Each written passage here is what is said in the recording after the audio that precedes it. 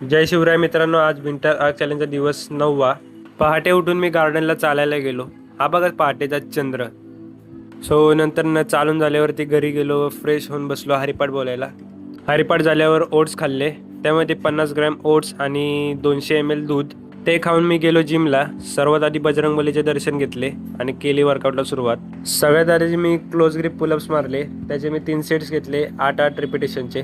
त्यानंतर मी माझी favourite exercise lat पुल down मारायला सुरुवात केली. त्याचे मी घेतले 4 सेट्स 8 ते 12 रिपिटेशनचे. नंतर डंबल रो मारला, त्याचे 3 सेट्स घेतले 8 ते 12 रिपिटेशनचे, एकदम स्लो फॉर्ममध्ये. नंतर ही वाली एक्सरसाइज मारली. या एक्सरसाइजचं नाव कुणाला माहिती असेल तर मला कमेंटमध्ये सांगा.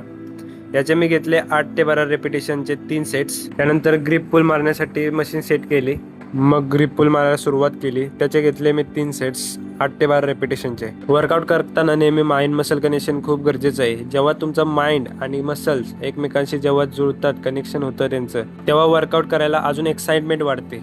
नंतर बॅक टू द होम, घरी जाऊन जेवण केलं आणि थोडा वेळ आराम केला.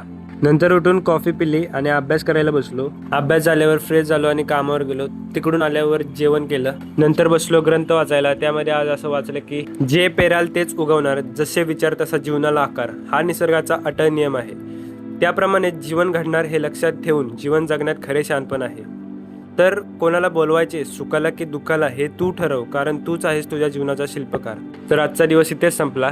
भेटूया उद्याच्या दिवशी. लाईक आणि फॉलो करायला विसरू नका. जय शिवराय.